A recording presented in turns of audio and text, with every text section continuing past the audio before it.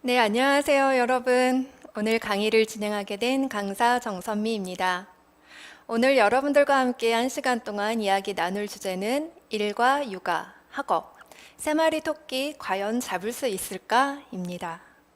여러분은 어떻게 생각하시나요? 지금 현재 몇 마리의 토끼를 쫓고 계신가요? 오늘 이야기 나눌 순서입니다. 일과 육아, 학습에 관한 이야기를 드릴 거고요. 첫 번째, 일에 관한 이야기입니다. 우선 제 소개부터 드릴 건데요. 저에 관한 소개를 총 10개를 보여드리려고 합니다. 하나씩 살펴보시면서 이 중에서 9개는 참이고요. 1개의 거짓이 들어있습니다. 여러분들이 맞춰주신 분들께 제가 커피 쿠폰을 쏘려고 합니다. 들어보시면서 나중에 유튜브 채널에 댓글로 정답을 맞춰주시면 되겠습니다.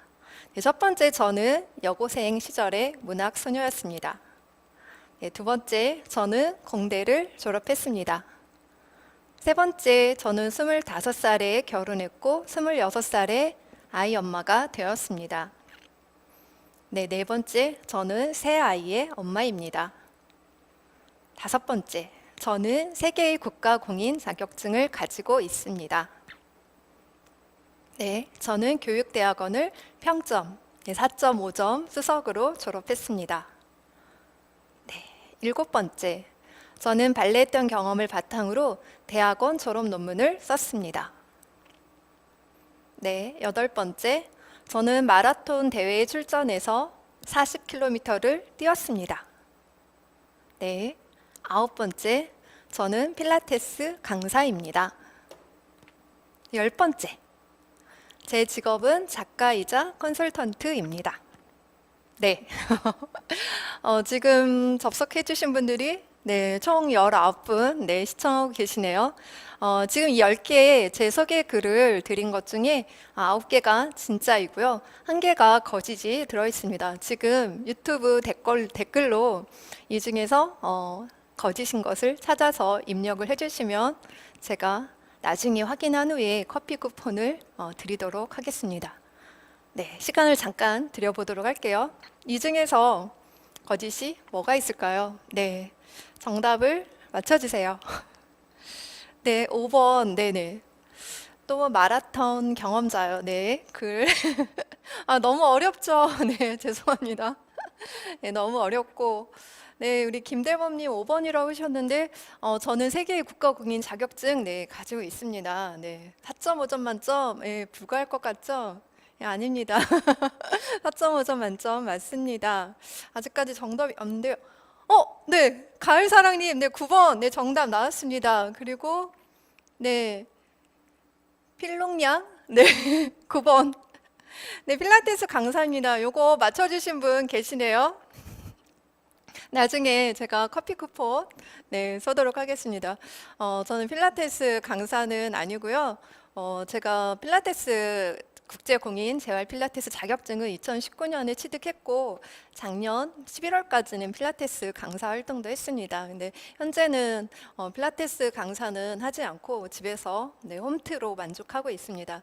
나머지는 다 진실이고요, 진짜이고요. 9번도 현재에는 이어하지 않은 이야기입니다. 혹시 이걸 보시면서 와, 이 사람 뭐야? 그렇게 좀 기대감을 가져주셨으면 좋겠고요. 제 프로필 잠깐 소개해 드리도록 하겠습니다. 지난번 그 평생직업교육학과 학우분들 대상으로 자기주도적 진로 설계를 강의를 한번 했기 때문에 제 프로필이 낯설지 않은 분도 계실 수 있는데요. 처음 보는 분들을 위해서 한 번씩 더 소개해 드리도록 하겠습니다. 네, 저는 현재 소마립의 대표이자 커리어 코치협회 상임이사로 활동하고 있고요. 또 국민연금공단에서 노후준비 서비스 민간 강사 활동, 또 한국중견기업연합회 인증 강사로 활동 중입니다. 네, 매일경제에 또 한국투데이에 자주는 아니지만 칼럼을 싣고 있고 실으려고 노력하고 있습니다. 그리고 지난 2020년 7월에 한국형 커리어 코칭을 말한다 정공동으로 책을 편찬을 해서 제 버킷리스트 중에 있었던 인쇄받는 작가가 되었고요. 그리고 아까 말씀드렸던 발레 했던 경험을 바탕으로 소매틱 러닝, 몸학이라는 주제로 논문을 썼습니다. 그래서 2017년 9월호에 보면 제 논문이 학술지에 게재되는 영광을 얻었고요. 맨 밑에 보시면 석사 수석 졸업이라고 되어 있죠. 4.5점 만점 성적 증명서 확인시켜 드릴 수 있습니다. 그다음에는 제 프로필 외에 지난번 이것도 이제 익숙한 슬라이드 있을 수 있는데 한 번 더 가지고 왔습니다.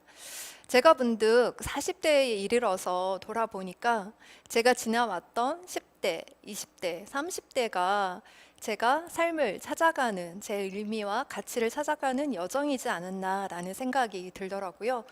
그때 당시에는 뭔가 거창한 계획이나 앞날을 내다보고 했던 일들은 아니었는데 그때 충실하게 제가 하고 싶은 일들, 할 수 있는 일들, 최선의 선택들을 찾아서 하다 보니까 현재의 제가 이루어졌다라는 생각을 하게 되었고요.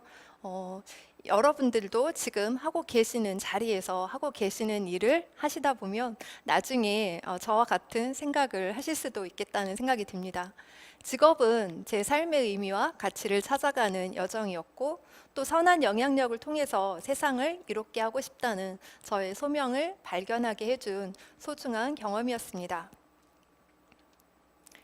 첫 번째 우리들의 일, 직업에 관한 이야기들을 지금부터 시작하도록 하겠습니다. 저 되게 이 단어를 좋아하는데요. 브라보 마이 잡, 브라보 마이 라이프. 여러분들도 한번 이 말에 한번 의미를 꼭 찾아서 한번 대확인을 해보셨으면 좋겠고요. 제 직업에 관한 이야기를 말씀을 드리도록 하겠습니다. 제가 처음으로 가졌던 직장이에요. 혹시 아시는 분도 계실 수 있겠는데 첫 직장은 저에게 설레임과 두려움, 설움이라고 저는 표현하고 싶습니다. 물론 첫 직장에 대한 설레임 또 그에 못지않은 두려움 공감하실 수 있는데요. 그때 다시 돌아가더라도 모든 게 무서웠던 것 같아요. 제 직장 사수도 너무 무서웠고 또 저에게 제가 그때 애 셋 딸린 경력 단절 여성이었었거든요. 나이는 있는데 경력은 없어서 늘 핸디캡으로 두려웠던 저에게 첫 직장 역시 설렘과 두려움이었습니다. 그때 또 무서웠던 게 있는데 커다란 그 복합기가 있잖아요. 사무실에 가면 또 복합기는 또 왜 이렇게 낯설고 무서운지 제가 버튼 하나 잘못 누르면 계속 그렇게 그 종이를 계속 뱉어내면서 이렇게 나오는 것도 되게 무섭고 버튼 누르기가 두려웠던 기억이 납니다. 그때 제 프로보노 월급 인턴도 아니고 프로보노라고 그 전문가로서 자원봉사를 하게 되는 역할이었는데요. 제 월급이 60만 원이었습니다. 제가 고등학교에 가서 강의를 하면 되게 아이들이 피식 웃습니다. 고등학생들도 아르바이트해도 충분히 이상은 벌 수 있는 돈인데요. 저는 아이들한테 이 이야기를 그렇지만 꼭 합니다. 이 첫 직장은 저에게 조금 이따 다시 말씀을 드릴 건데요. 여러 가지 의미가 있지만 제가 뒤돌아서 생각을 해봤을 때 가장 힘들었던 너무 인생에 이렇게 쓴맛이 느껴지는 되게 비참했던 날 중에 하나로 사실 이 첫 직장에서 경험을 하게 됩니다. 11월 늦가을 비가 내리는 날이었고요. 제가 입사한 지 얼마 안 되었을 때 제 사수가 조금 불친절했습니다. 그래서 퇴근하면서 저에게 좀 일을 고약하게 지시를 하고 갔어요. 저는 그때 서툴렀고 일을 잘 해내지 못했습니다. 그래서 조금 더 친절하게 제가 일을 할 수 있도록 알려줬다면 좋았을 텐데 저도 뭔가 알 수 있는 상황이 아니었고 결국에 그날 제가 울면서 퇴근 시간을 훨씬 넘겨서 비 오는 날 저녁에 울면서 일도 다 마치지 못하고 퇴근했던 기억이 납니다. 근데 나중에 몇 년 후에 저희 아이들이랑 얘기를 하면서 우리 그때 당시에 초등학교 4학년이었던 큰딸도 역시 그날이 가장 비참하고 힘들었던 날 중에 하나로 같이 기억을 하고 있는 걸 알게 되었습니다. 왜냐하면 그때 저희 아이 막내가 3살, 4살이었어요. 그래서 이비인후과에 데려가야 되는데 제가 갑자기 예정된 시간에 퇴근을 못하니까 아이를 병원에 데려갈 수가 없는 거예요. 그래서 큰아이한테 대신 이비인후과에 그때 항생제를 먹고 있었기 때문에 아이 키우시는 분들은 잘 아실 거예요. 항생제 계속 투약을 할 때 꾸준히 투약을 해야 되잖아요. 그래서 초등학교 4학년 딸한테 부탁을 했었고 우리 딸아이가 막내를 유모차에 태우고 둘째는 또 옆에서 우산 들고 이렇게 셋이서 이렇게 집 근처에 있는 아파트 단지 근처에 있는 이제 중심상가에 병원을 데리고 갔었던 건데 그날 저녁에 비바람이 몰아쳐가지고 유모차 덮개는 막 뒤집어지고 우산도 막 날아가고 난리도 아니었던 거예요. 그래서 큰아이가 정말 그때를 엄청 씁쓸했던, 힘들었던 그 기억을 안고 있었는데 저도 그날의 상처가 계속 있었어요. 그래서 지금은 이제 우픈 이야기가 돼버렸지만 첫 직장이 저에게 이제 그런 의미였는데 그런 첫 직장에서 제가 한 달 동안 출근한 대가로 받았던 월급이 겨우 고작 60만 원이었거든요. 근데 저는 그때 그 60만 원이 괜찮았어요. 네. 어떤 의미로 괜찮았냐면 제가 뭔가 시작하는 첫 월급이잖아요. 그러니까 60만 원이라는 액수 자체는 그렇게 큰 돈은 아니었지만 저에게는 제가 시작하는 일에 대한 방향으로 첫 발자국을 내딛는다는 되게 굉장한 의미의 그런 월급이었기 때문에 저에게는 이 60만 원이 되게 커다란 의미 있는 가치 있는 돈이었고 참고로 그 후에 제가 나중에 강의를 하면서 4년 후에 알게 된 사실인데 제가 만 4년이 지나서 강의를 컨설팅을 하고 왔는데 하루에 제 통장에 이제 들어온 일당이 60만 원을 이미 넘어섰더라고요. 그래서 저에겐 되게 60만 원이라는 게 상징적인 의미이고 한 가지 여기서 더 말씀을 드리면 제가 작년에는 이제 전문가 인터뷰 그리고 뭐 이런 강의를 통해서 제가 이제 1시간에 이렇게 벌는 또 강사가 되었기 때문에 저는 그런 생각을 했었거든요. 제가 그 4년 만에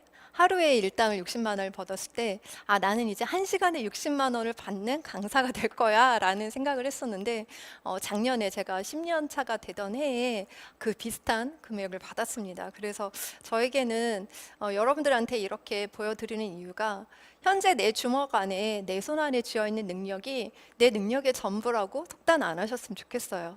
여러분들이 지금 무언가 새로운 시작을 하기 위해서 망설이는 분들이 계시다고 하면 지금 여러분은 첫 시작을 하는 거지 첫 술에 너무 큰 배를 불리지 않으셔도 괜찮을 것 같습니다. 두 번째 직장은 제가 이제 경기 일자리 센터라고요. 되게 안정적으로 일할 수 있는 인턴 자리였어요. 여기에서는 일한 지 2달 만에 제가 또 스카우트 제의를 받게 되었습니다. 네, 계약직 직업 상담사로 스카우트 제의를 받게 되었는데요. 저 그때 되게 고민을 했던 기억이 납니다. 아이가 셋이었기 때문에 어렵기 때문에 집에서 15분 거리에 또 인프라도 잘 갖춰져 있고 되게 안정적이고 정시 퇴근할 수 있는 그렇게 힘들지 않은 곳에서 일을 할 것이냐 아니면은 새로운 제의가 들어온 곳에 가게 되면 분명히 고생길이 너무 눈에 뻔하듯 펼쳐지는 게 예상이 되는 거예요. 근데 그렇지만 거기에서 제가 정말 일을 많이 배우고 성장할 수 있겠다라는 생각이 들었습니다. 되게 고민을 했던 저녁이 기억이 나는데요. 제가 어떤 선택을 했을까요? 네, 저는 후자의 선택을 했습니다. 지금 생각해도 가장 일 많고 야근 많고 야근 후에 또 뭐 하죠? 술자리 많았던 가장 힘들었던 일자리 중에 하나였는데요. 그렇지만 역시 또 가장 재미있었던 곳으로 기억하고 있기도 합니다. 사진 속에 보시는 분들이 저희 화성시 드림팀, 저희끼리 자칭 붙였던 이름인데요. 저희 드림팀 멤버들입니다. 왼쪽에 보이시는 팀장님께서 저희들을 열정은 많고 필드에 대한 경력은 없는 반대로 말을 해야 될까요? 필드에 대한 경력은 없지만 정말 열정은 높은 저희 멤버들을 구성을 했고 저희는 정말 경험이나 경력은 부족했지만 정말 재미있게 여러 가지 일들을 해볼 수 있는 시기였지 않나 생각이 들고요.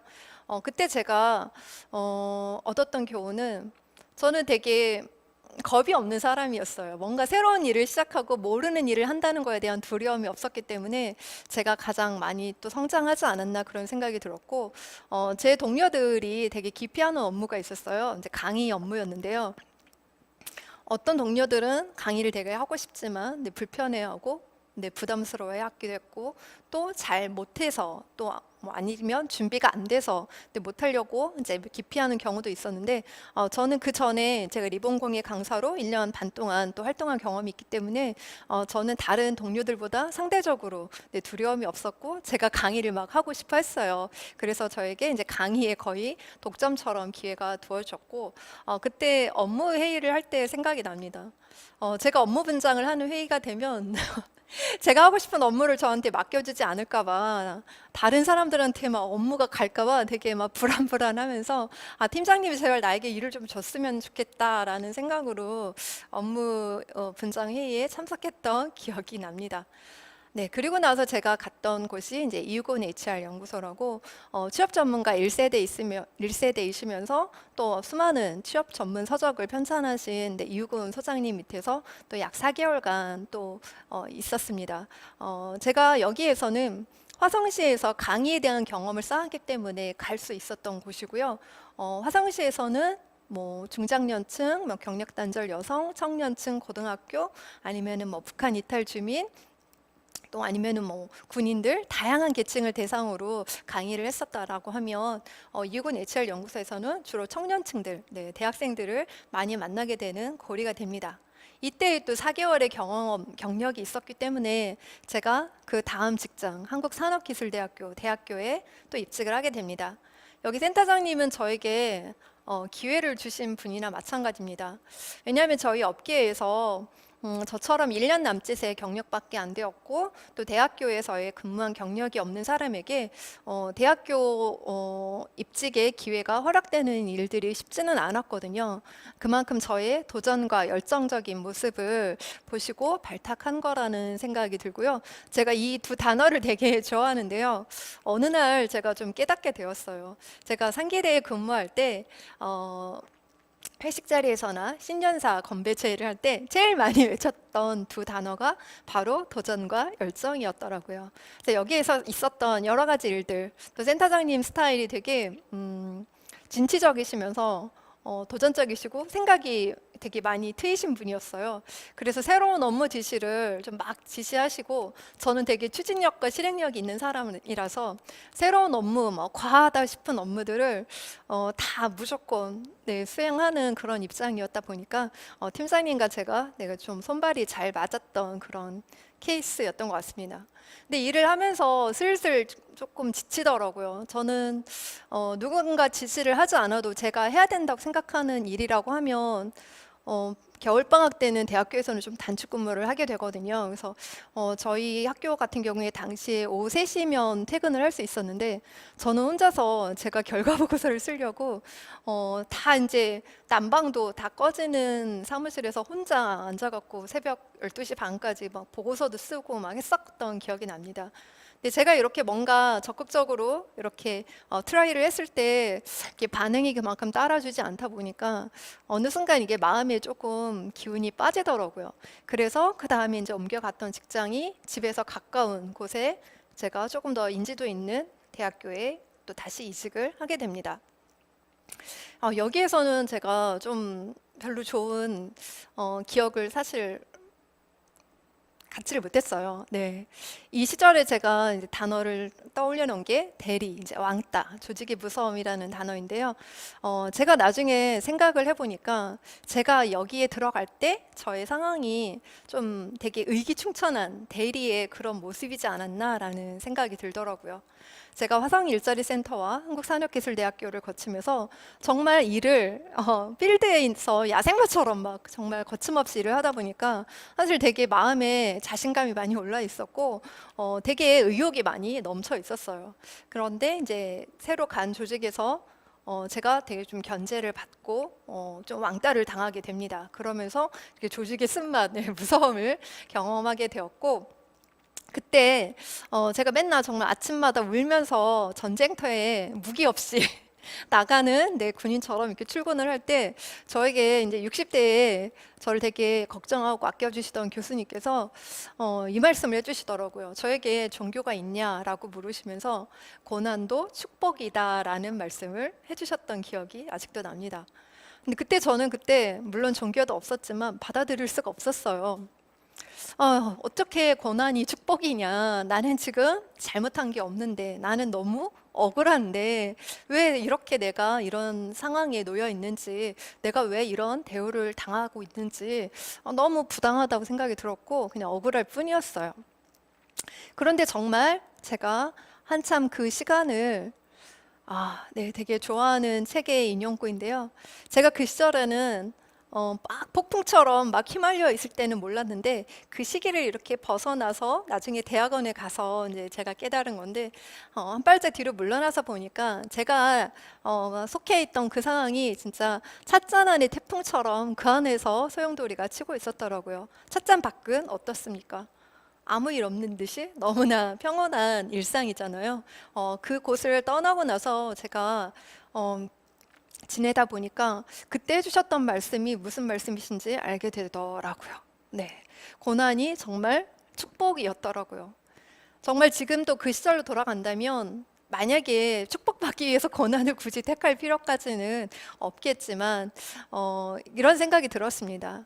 신이 저에게 정말 뭔가를 가르쳐 주셔야 되는데 제가 그 경험을 직접 하지 않으면 제가 배울 수가 없었던 거였구나. 그래서 내가 무엇인가를 꼭 배워야 되는 시기에 그런 고난을 당했었던 것이었구나. 그래서 이후에 정말 저는 제가 삶에서 느끼는 여러 가지 감사함, 축복과도 같은 감사함과 사랑을 많이 느낄 수가 있었고 결국에 지금에서는 그 시절의 경험이 축복이라고 받아들이고 있습니다. 네, 자신 있게 말씀을 드리고 있고요. 이후에 이제 의도하지 않게 퇴사를 한 후에 제가 1년 반 동안 이제 프리랜서로 고용센터와 여러 곳 그리고 대학교, 고등학교 다양한 기관에서 이제 강의와 컨설팅을 통해서 정말 많은 사람들과 많은 교육 현장에서 강의 현장에서 함께 배우고 성장하고 내 스스로 성찰을 하고 치유하는 시간을 갖게 됩니다. 이 성찰과 치유에 대한 부분은 제가 대학원에서의 진학했던 것도 되게 큰 몫을 하고 있는데요. 그건 이따가 두 번째 챕터에서 다시 한번 말씀을 드리도록 하겠습니다. 그리고 나서 제가 다시 한국산업기술대학교에 2016년에 다시 입사를 하게 됩니다. 이 시점이 언제였냐면요. 큰아이가 이제 고등학교에 입학하는 시기였습니다. 저는 대학원에 다니고 있었고요.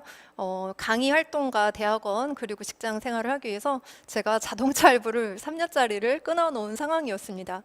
그 상황에서 제 생각이 조금 달라지더라고요. 뭔가 되게 안정적으로 돈을 벌어야 될 것 같다라는 생각이 좀 들었고 제가 일했던 곳 중에서 확인할 수 있었던 저하고 좀 조직 성격이 잘 맞는 한국산업기술대학교에 다시 선택을 해서 제가 재입사를 하게 됩니다. 그래서 저는 입사할 때 제 스스로 이렇게 생각했어요. 그때 제가 입사할 때 대학 일자리 센터 사업이 5년짜리 사업이 막 시작되고 있던 시점이어서 적어도 내가 5년간은 이곳에서 뭔가 많은 시도와 도전, 트라이 이런 걸 해볼 수가 있겠구나. 그리고 그 기간이 나 스스로를 담금질하고 인큐베이팅하는 시간이라고 스스로 여겼습니다. 네, 그 기간 동안 제가 노렸던 것은 딱 3가지였습니다. 제가 의도치 않게 되게 좀 설익은 상태로 프리랜서 활동을 할 때는 뭔가 준비가 덜 된 듯한 아직 숙성되지 않은 듯한 그런 느낌이 들었었고요. 여기에서 내가 5년 동안 경력을 더 쌓고 나면 내가 스스로 나는 전문가예요 라고 말을 할 수 있는 자신감이 생길 것 같다라는 생각이 들었습니다. 그래서 여기에서 조금 더 숙성된 전문가로서의 역량을 갖춰야겠다라는 생각이었고 두 번째는 일을 하면서 무엇보다 중요한 게 결국에는 네트워크 인맥이라는 생각이 들었습니다. 그래서 그때도 여러 곳에서 많은 분들을 알고 있었지만 제가 조금 더 저의 업무 스타일이나 일에 대한 어떤 생각 이런 것들을 서로 믿고 함께 협력할 수 있는 그런 어떤 자본 인적 자본, 네트워킹을 만들어야겠다라는 생각이 들어서 두 번째 생각을 했고, 세 번째는 자본이었습니다. 아까 말씀드렸던 것처럼 이제 대학원 등록금도 있었고 이제 차량 할부금도 있었기 때문에 제가 대학원을 졸업할 때 학자금 대출 다 갚고 다음에 이제 차 할부금도 다 갚고 마지막에 제가 작년 7월에 퇴사를 해서 독립을 할 때 제가 자본을 가지고 나올 수가 있었습니다. 네, 작년 2020년은 코비드19 또 코로나 사태 뭐 다 위기라고 일컫는 시기였죠. 저는 모든 사람들이 위기라고 말했을 때 저는 기회라고 여겼습니다. 때문에 제가 인디펜던트 워커로 독립을 할 수가 있었고요. 저는 그 결정을 이렇게 비유를 하고 싶습니다. 저는 자꾸 제가 미운 오리 새끼 같다는 생각을 했어요. 제가 정말 점점 제 역량은 늘어나고 있는데 저를 담고 있는 조직이 점점 자꾸 비좁게 느껴지는 거예요. 저는 날개가 있고 도약할 준비만큼 이게 날개 쪽지가 다 자랐는데 저는 계속 오리처럼 꾀꾀거리면서 뒤뚱뒤뚱 이렇게 걷고 있는 듯한 그런 느낌이 들었거든요. 그래서 제가 독립을 해야겠다라는 결심을 했고 이 독립을 하겠다라고 결심을 한 게 가장 큰 밑바탕이 내가 일할 준비, 일에 대한 자신감이 생겼냐 첫 번째였고 두 번째 내가 뭔가 일을 하려고 할 때 나를 도와주고 내가 어떻게 일을 할지를 알아주는 사람 있겠느냐가 두 번째였고 세 번째는 일을 하기 위한 물론 이제 교육 서비스업이기 때문에 특별히 뭐 인프라나 이런 것들이 시설이 많이 필요하지 않아서 자본이 크게 드는 사업은 아니었지만 그래도 기본적인 초창기 작업은 필요했기 때문에 그게 준비되었냐 였는데 제가 이제 그 준비가 다 되었기 때문에 작년에 독립을 했고요. 제가 이런 고민을 할 때 제 선배가 저한테 이런 말씀을 해주시더라고요. 성조가 안 되었을 때 떠나면 잡아먹힌다. 근데 백조가 성조가 되어서 떠나는 게 맞다라고 해서 제가 이제 호수를 떠나서 날갯짓을 했고 일에 관한 이야기를 정리하면서 마지막으로 저의 개똥 철학을 정리하고자 합니다. 일 많은 곳을 두려워하시는 분들 뭐 첫 직장이 중요하다 뭐 이러면서 첫 직장을 특히 갈 때 여러 가지 생각들을 고려를 많이 하시게 되는데요. 저는 일을 많은 곳을 두려워하지 않으셨으면 좋겠습니다. 여러분들이 일을 배우고 성장할 수 있는 가장 최적의 환경이라고 저는 생각합니다. 남들이 안 하는 일, 제가 조직 생활을 하면서도 남들이 싫어하고 기피하고 두려워하고 잘 안 하려고 하는 일들이 분명히 있습니다. 그런데 그 일들을 맡아서 하게 되다 보면 저만의 차별화가 생기고 저만의 강점이 됩니다. 다른 사람들이 기피하는 일, 못하는 일을 내가 잘할 수 있다라는 자신감, 일을 함에 있어서 대단한 강점이라고 생각을 하고요. 두 번째는 일 자체를 즐기어라라는 말씀을 좀 드리고 싶은데요. 일을 좋아하고 잘하게 되는 것 같습니다. 물론 좋아하고 잘하는 일을 하다 보면 일 자체를 즐길 수도 있는데 만약에 여러분이 지금 하고 있는 일이 내가 애초에 좋아하고 잘하는 일이 아니라 할지라도 순서를 바꿔서 일 자체의 의미를 부여하고 즐겁게 하다 보면 여러분들이 어느 순간 좋아하고 잘하게 되지 않나 저는 이렇게 반대로 말씀을 좀 드리고 싶고요. 또 제가 일을 하면서 제가 요즘에 평균적으로 한 15시간, 16시간 정도 일을 하고 있는 것 같은데요. 일을 이렇게 하면서도 제가 지치지 않는 건 물론 저의 체력이나 뭐 정신력 뭐 이런 거가 영향이 될 수도 있겠지만 저는 제 일에서 오는 의미와 가치를 발견하고 즐기기 때문에 그만큼 일에서 갖는 에너지를 통해서 다시 일을 하는 사람이라고 생각을 합니다. 그래서 내가 하는 일에 대한 의미와 가치를 부여한다면 여러분들이 지치지 않는 원동력이 될 수 있고요. 내가 일을 하면서 동료가 됐든 혹은 유관기관이 됐든 파트너사가 됐든 어떤 식으로 만나는 사람이 됐든 진심으로 대하고 진심으로 내가 도와줄 수 있는 일들을 기꺼이 도우셨으면 좋겠습니다. 그렇다면 나중에는 그분들이 결국엔 나의 친구가 되어주고 동료가 되어주고 지원군이 되어준다고 생각을 합니다. 마지막으로 혹시 여러분들도 이 중에서 나중에 나도 내 일을 할 거야, 독립해서 할 거야 라는 것 고려를 하고 계시는 분들이 계시다면 저는 이 세 가지를 꼭 여러분들이 손에 쥐고 퇴사를 하셔야 된다고 생각합니다. 그 전까지 여러분들이 퇴사하시면 안 돼요. 네, 퇴직금과 역량, 그리고 아까 말씀드렸던 사람, 네, 이 세 가지를 여러분이 반드시 남기고 확보하셔야지만 여러분들이 어디인가 가셔서도 혹은 독립을 해서도 여러분들이 주체적으로, 주도적으로 일을 하실 수 있지 않나 말씀을 좀 드리고 싶고요. 네. 두 번째 이야기는 육아입니다. 네, 제가 벌써 30분이 지났네요. 일에 대한 이야기를 하면 이렇게 시간이 길어질 줄 알았어요. 네, 육아와 학습에 관한 이야기를 할 건데요. 제가 이렇게 일에 대한 열정이 많고 욕심이 많고, 전 진짜 일 욕심이 많거든요. 일 욕심이 너무 많아서 이제 미움을 받은 적도 있지만 정말 일 욕심이 많은데, 그럼에도 불구하고 누군가 저에게 당신이 세상에 태어나서 가장 잘한 일이 무엇입니까? 라고 묻는다고 하면 저는 한 번도 1초도 망설이지 않고 제가 엄마가 된 거예요 라고 말씀을 드리고 싶습니다. 네, 2000년 봄에 벚꽃 피던 계절에 저는 그때 준비되지 않은 부모였습니다. 네, 근데 우리 첫아이를 만났고요. 우리 첫아이 사진, 네, 우리 아기가 태어나고 나서 처음으로 바다를 보여주기 위해서 데리고 갔던 말리포 해수욕장이었던 걸로 기억이 됩니다. 그래서 말리포 해수욕장에 우리 첫아이를 데리고 갔던 날 찍은 사진인데요. 준비되지 않은 부모이긴 했지만 제가 아까 26살에 엄마가 됐다고 했잖아요. 사랑하고 우리 아이에 대한 책임감으로 저는 이제 부모가 되기로 결심을 하고 아이 엄마가 되었습니다.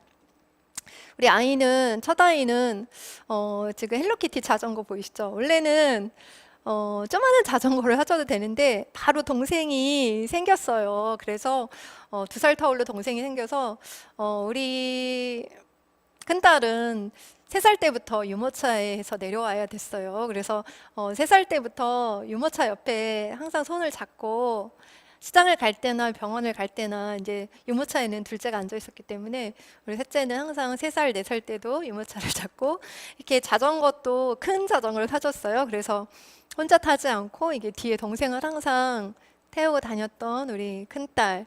네, 되게 정직하고 성실하고 의젓하게 잘 자라준 우리 큰딸이고요. 우리 큰딸 뒤에 사진 보면 이제 우리 말을 타도 항상 뒤에 동생을 안고 탔죠. 네, 나중에 깨달았어요.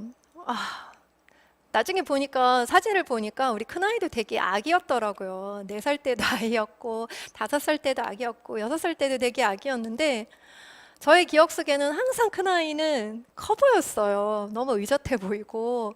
그래서 항상 엄마의 친구이자 저를 도와주는 정말 기특한 아이였습니다. 그래서 제가 맨날 우리 아이들을 생각하면 내가 전생에 되게 나를 구했나 보다. 어쩜 이렇게 우리 아이들의 3명을 낳은 엄마가 될 수 있었을까. 어쨌든 내 자식들은 나보다 더 훌륭하구나. 항상 이렇게 감사한 마음을 갖고 있는데 첫 아이는 저의 21년 된 절친이자 베프, 내 소울메이트입니다. 그래서 우리 딸을 저는 이렇게 내 눈 속의 사과라고 이제 전화번호에 저장을 했는데 그만큼 눈 속에 외국 사람들은 왜 눈에 넣어도 안 아프다 이런 표현 있잖아요. 그런 표현을 on apple of my eyes 이렇게 한대요. 그래서 그 표현을 알고 난 뒤로 정말 우리 아이는 내 눈 속에 넣어도 안 아픈 아이구나 해서 제가 그렇게 애칭을 붙여놓고 있는데 우리 아이 소개드렸습니다. 두 번째 2002년 월드컵 베이비인데요. 여름에 우리 둘째 정말 7월 중복더위에 태어났습니다. 어찌나 땡깡이 많은지 둘째는 정말 경쟁심이 많이 있고 뭔가 되게 잘해내고 싶고 근데 또 총명하고 그러면서도 되게 엉뚱하고 예민하고 이렇게 사랑받고 싶어하는 그런 부분들이 되게 강한 것 같더라고요. 그래서 우리 둘째는 태어났을 때부터 이미 막강한 언니가 있었죠. 언니가 이렇게 막강하게 버티고 있었기 때문에 언니에게서 뭔가를 뺏어오고 얻어오고 쟁취해오고 부모의 사랑과 시선조차도 이제 끌어내리지면 안 되는 그래서 이렇게 둘째는 항상 언니를 보면서 이런 어떤 모델링과 그리고 이제 경쟁심, 그리고 모방 여러 가지를 하면서 네, 자라왔던 이런 모습이 있었고요. 그러면서 점차 자신만의 어떤 감수성과 세계관을 점점 찾아가는 둘째의 모습도 예뻤습니다. 저는 왜 아이들을 이야기를 이렇게 하냐면요. 저도 물론 아이들을 두 아이 엄마일 때 참 힘들었습니다. 많이 외롭고, 되게 우울했었고, 어떤 기분이었냐면, 아침에 7시 반이 되면 남편이 출근을 해요. 아파트 문이 딱 닫히고 나면, 아이 둘과 저는 아파트라는 외딴 섬에 갇힌 우리 새 모녀만 고립된 것 같다라는 생각을 정말 많이 했어요.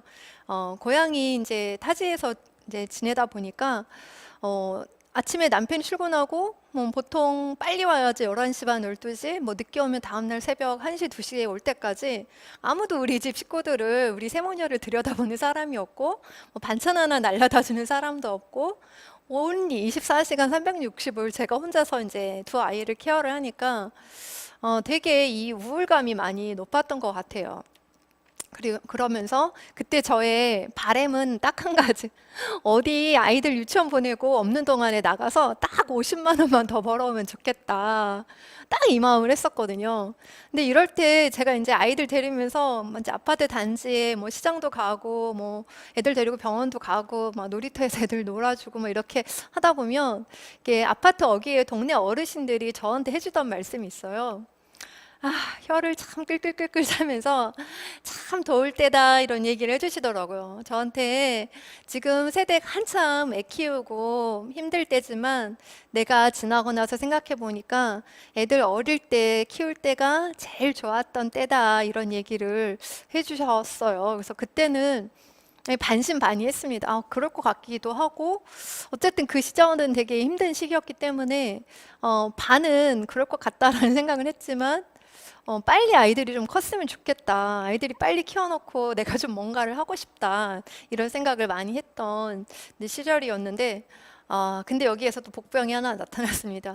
저희 남편이 3대 독자였는데, 이제 시부모님과 남편이, 네, 3자가 이렇게 합의를 해서, 꼭 셋째를 낳았으면 좋겠다. 정말 강력하게, 하다 보니까, 정말 제가 2007년 가을에 다시 또 셋째를 네, 개천절을 낳게 됩니다. 이때 셋째를 가질 때 되게 고민을 많이 했었고 정말 되게 비장하게 들릴 수 있는데요. 정말 비장합니다.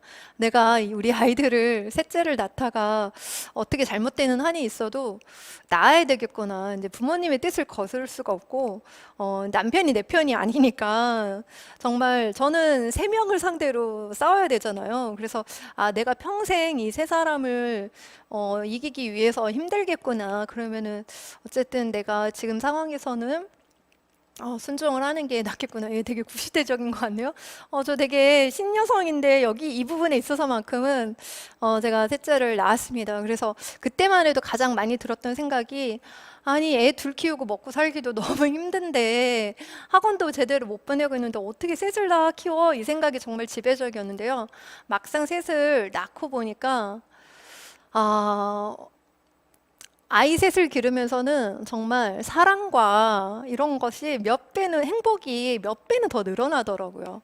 그러니까 아이가 갖고 있는 에너지와 사랑이 있잖아요.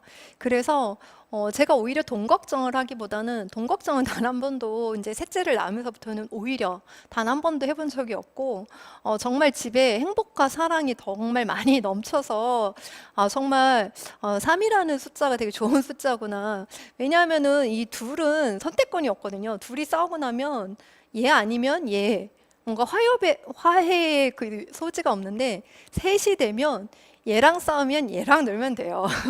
얘랑 말이 안 통하면 얘랑 얘기하면 돼요. 뭐 이런 게 서로 이렇게 선택권이 생기잖아요. 그래서 셋이 정말 잘하는 모습을 보면서 저도 더 많이 행복해졌다라는 얘기를 좀 드리고 싶고 새아이 엄마 제가 뭐 돈 걱정 어떻게 안 하고 살았냐 잠깐 좀 팁을 드리자면 두 아이 엄마일 때는 요구르트 사러 가면 여기서 골랐습니다. 그래서 우리 아이 뭐 요구르트 뭐 먹일까 이오 먹일까 뭐 앙팡 먹일까 이렇게 하면서 요구르트를 골랐다면 이제 새아이 엄마가 되면 선택의 여지가 없습니다. 무조건 네, 싸고 양 많은 게 무조건 고르시면 돼요. 그래서 뭐 3 곱하기 5도 있고 아니면 5 곱하기 5는 더 좋고요.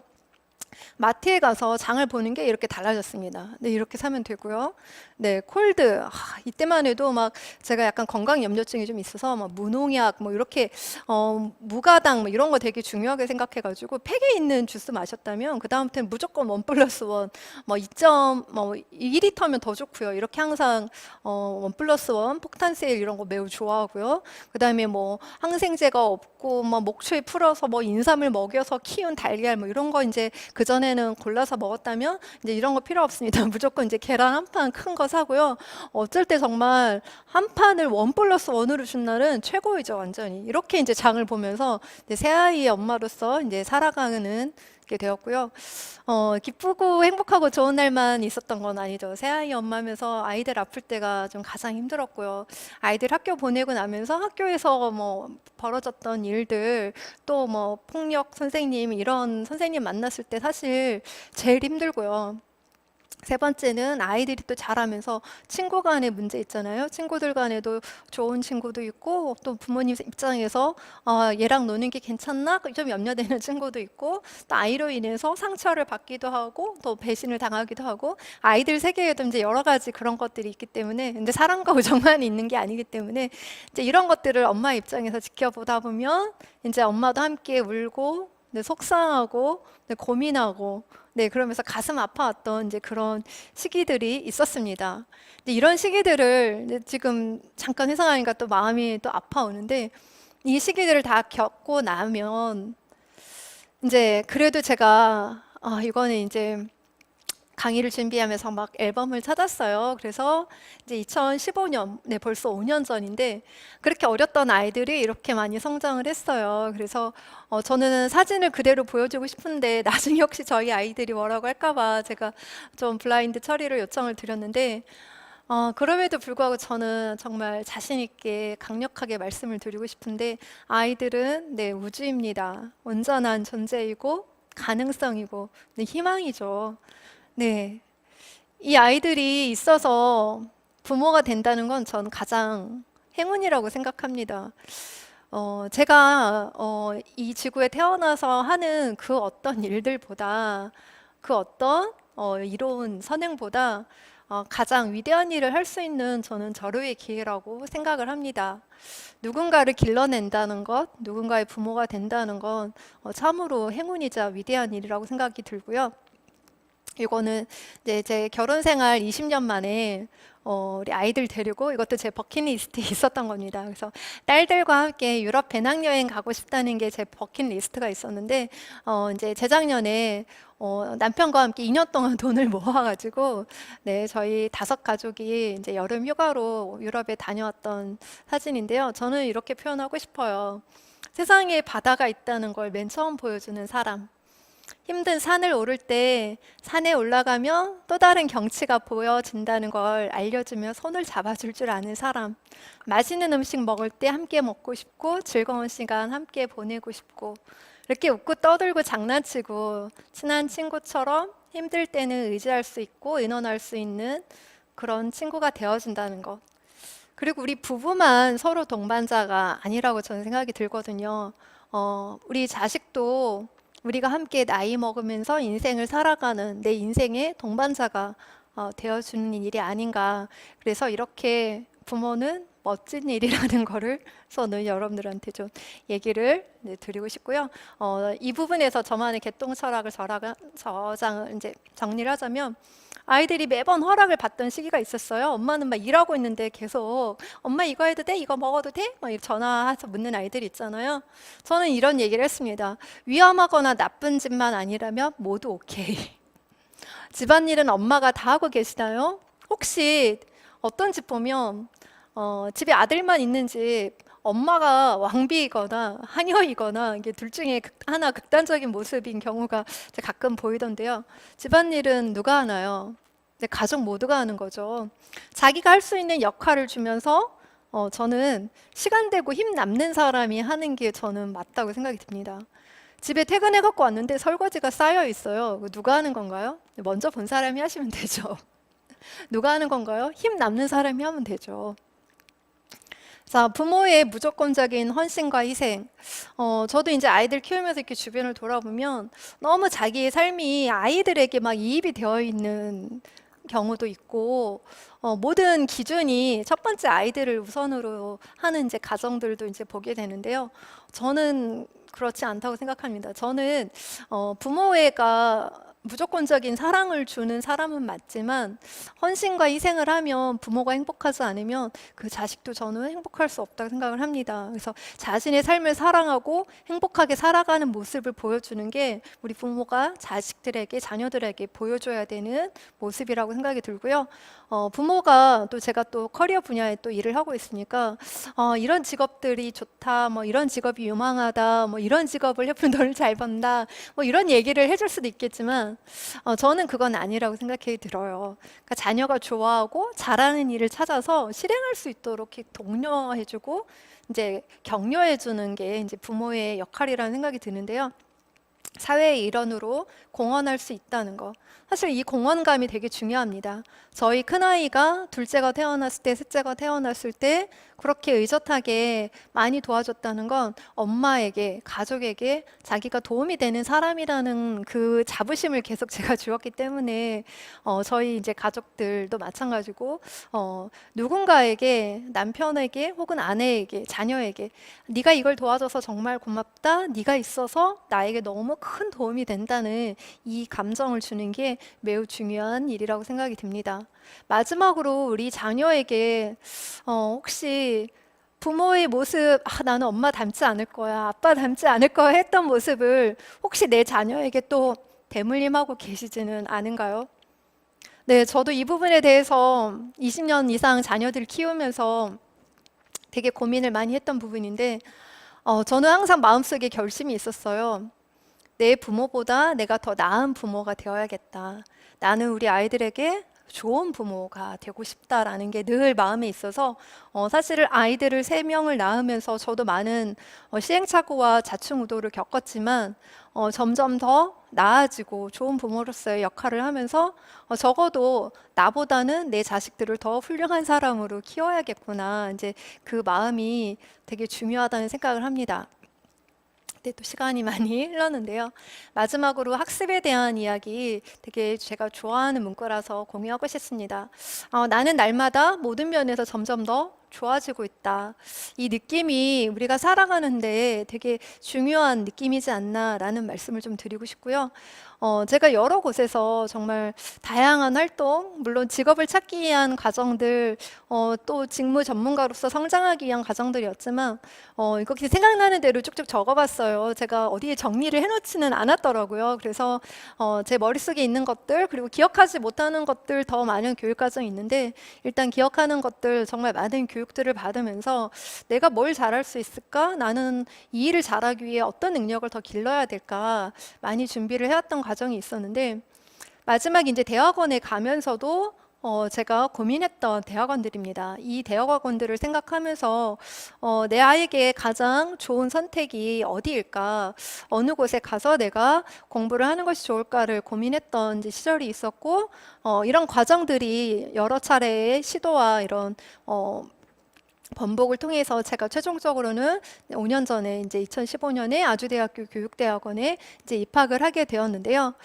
대학원에 입학을 혹시 지금 고민하시는 분이 계시다라고 하면 저 같은 경우에는 전공, 거리, 등록금 요 세 가지를 기준으로 대학원을 선택을 했었습니다.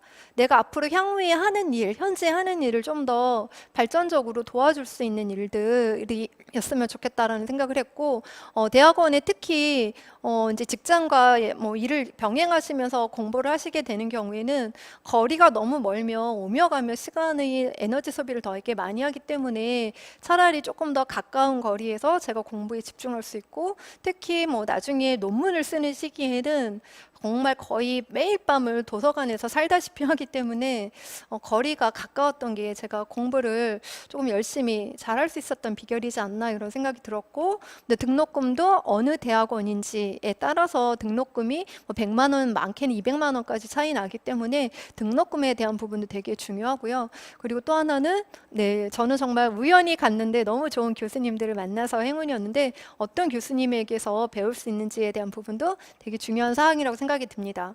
5학기 중에 가장 도움이 되었던 수업을 꼽으라고 하면 저는 경력개발과 컨설팅을 꼽고 싶은데요. 처음에는 제가 하는 일에 도움이 될 거라 기대를 하면서 수강 신청을 했어요. 교수님이 이런 말씀을 하시더라고요.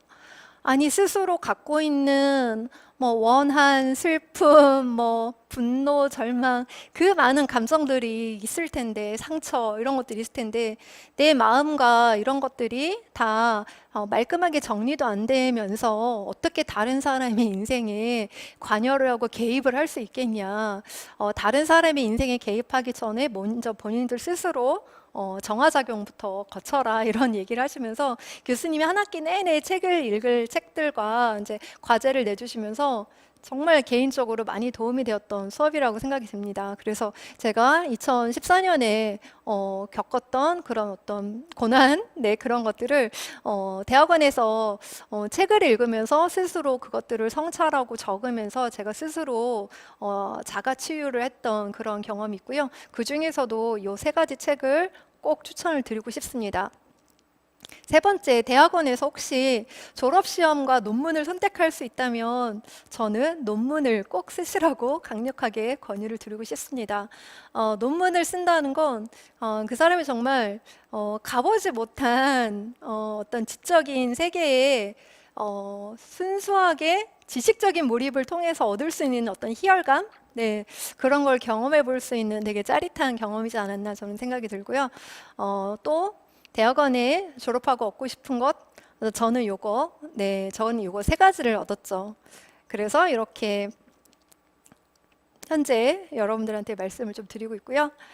2015년에 제가 제일 잘한 일은 대학원에 진학한 것과 제 차를 구매한 일이었어요.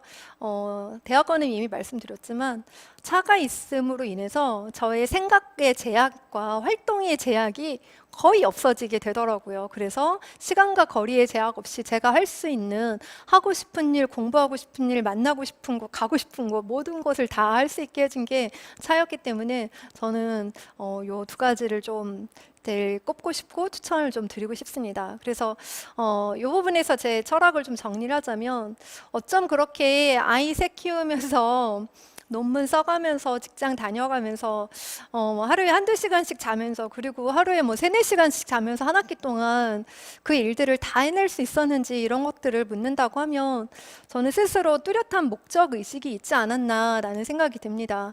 내가 도대체 이 일을 왜 하려고 하는가? 이 일은 나에게 어떤 의미가 있는가? 왜? 어떤 의미? 이 두 가지에 대해서 한 10번만 스스로 질문을 해보세요. 질문을 10번을 해도 답이 안 나온다면 한 10번만 다시 더 해보세요. 그 정도 질문을 하면 아마 스스로 내가 이 일을 왜 하려고 하는지 그 의미와 목적을 뚜렷하게 찾으실 수 있을 거라는 생각이 들고요. 두 번째는 시간 관리 능력이 절대적으로 필요한데요. 항상 시계와 캘린더, 다이어리 항상 갖고 다니면서 시간 관리하는 능력, 그리고 자원 관리 능력, 이것도 되게 중요한데요. 시간도 물론 자원에 포함이 되지만 여러분들 주변에 활용할 수 있는 유휴 자원. 저 같은 경우에는 저희 가족만 동떨어져 살다 보니까 남편과 저희 아이들이 제 주변에 가장 밀접한, 가장 유효한 자원이었어요. 그래서 남편과 아이들이 모두 다 제 역할을 할 수 있도록 만들어 놓는 게, 그걸 트레이닝을 시키는 과정이 저는 10년이 걸렸습니다. 그래서 지금은 다 각자 독립적으로 다 자기 역할을 스스로 의식주로 해결할 수 있을 만큼 다 잘 지내고 있고요. 네 번째는 이제 스트레스와 자기 통제 관리 능력, 그리고 회복 탄력성을 꼽고 싶은데요. 제가 오늘 강의를 통해서 모든 이야기를 다 들을 수 없었지만 저도 사실 되게 가슴 아프고 죽고 싶었고 비참했던 순간이 많이 있었습니다. 그럼에도 불구하고 여러분들 앞에서 이렇게 당당하게 제 이야기를 할 수 있는 건, 제가 한 번도 불행을 겪지 않아서가 아니라 제가 그 수많은 불행을 겪을 때마다 다시 회복되었기 때문에 이 자리에 있는 거라고 말씀을 드리고 싶습니다. 다섯 번째는 그래도 어쨌든 그럼에도 불구하고 기본적으로 건강과 체력이 확보가 되어야 되는데요. 저는 내가 강의와 대학원 그리고 뭐 직장 생활을 병행하면서 정말 이 디스크 쪽의 질환을 많이 계속 반복적으로 저도 앓게 되었어요. 한의원 가서 한 하루 이틀 침 맞고 나면 조금 괜찮아지는 것 같은데 한 3일만 지나면 다시 또 원래대로 돌아오고, 근데 그러면서 제가 이게 의료적인 처방이 영구적이지 않겠구나.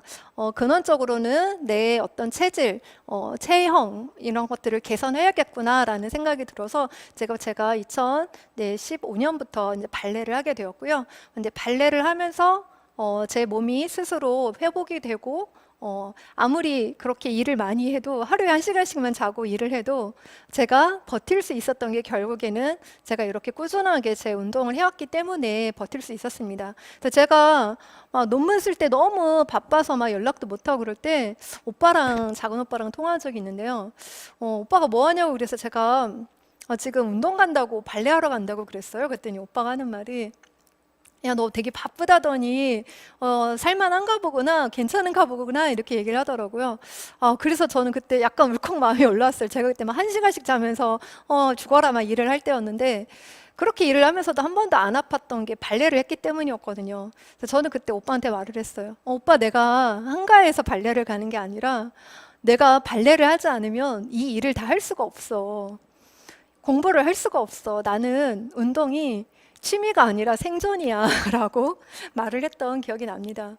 그래서 그 후에 제가 이제 발레는 아무리 해도 혼자서밖에 못 하겠더라고요. 이렇게 누구를 좀 가르쳐 줄 수준이 안 되어서 제가 그 다음에는 이제 필라테스를 하게 되었습니다. 그래서 필라테스 하면서 이제 지도자 자격까지 이제 취득을 했고, 이제 마라톤은 요건 약간 제 도전에 대한 부분이에요. 제가 대학교 다닐 때 짧은 마라톤 참가했다가 중간에 준비 하나도 안 하고 그냥 젊은 혈기로 참가했다가 중도에 포기했던 되게 정신적으로 되게 안 좋았던 어두운 기억이 있거든요. 그래서 마라톤을 제가 이 생각을, 저에 대한 이 자신감이 결여된 부분을 한번 극복하기 위해서 마라톤을 나갔었습니다. 그래서 2018년, 19년에 마라톤 총 4번. 제가 아까 마라톤 40km 달렸다고 했잖아요. 한 번에 출전해서 40km 달린 게 아니고요. 원래 마라톤 풀코스는 42.195인데 저는 10km를 4번 출전을 했습니다. 그래서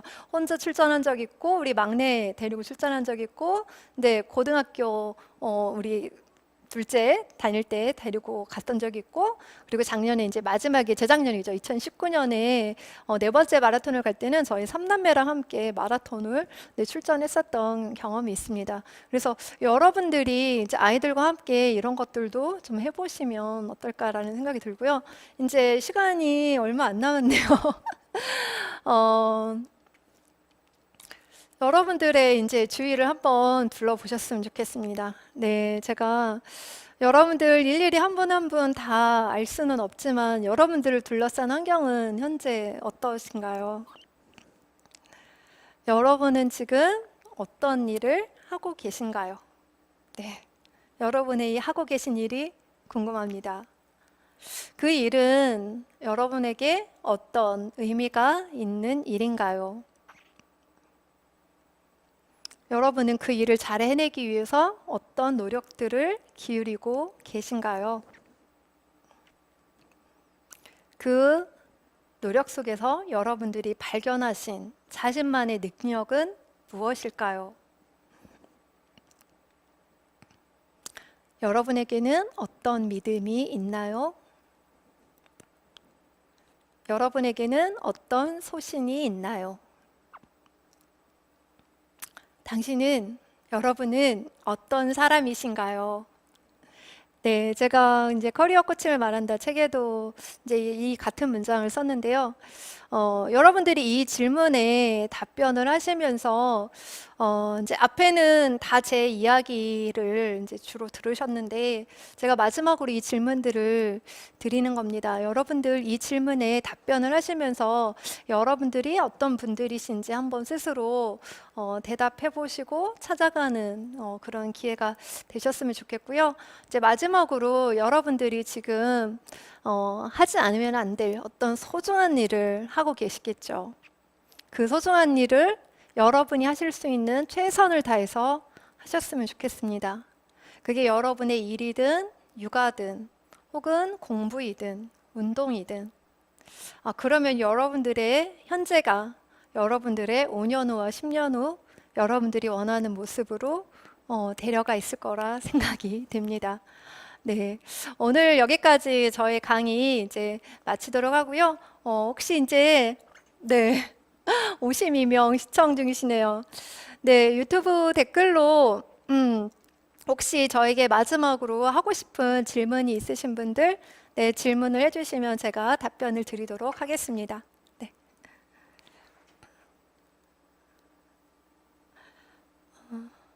네, 그쵸. 운동 혹은 건강 관리. 네. 운동은 지금 코로나 때문에 좀 제약이 많이 있죠. 그래서 일주일에 한 번씩 발레 계속 하려고 하고 있고요. 이제 발레 못하는 경우에는 집에서 트레이닝 홈트 하고 있습니다. 그 필라테스 배운 거 위주로 집에서 짧으면 10분, 15분이라도 하고 조금 여유 있는 날은 3, 40분 정도 해서 집에서라도 꾸준히 운동을 하려고 하고 있고요. 여러분들 특히 요즘에는 이제 컴퓨터 앞에서 앉아 있는 시간이 많이 있잖아요. 그래서 근육들, 뭉친 근육들 이제 풀어주시는 거 되게 중요하시고, 그 코어 운동이라고 하죠. 파워하우스 이렇게 중심부, 몸의 중심부 강화하는 운동들, 척추 질환 예방할 수 있게 이런 운동들을 해주시면 좋을 것 같아요. 그리고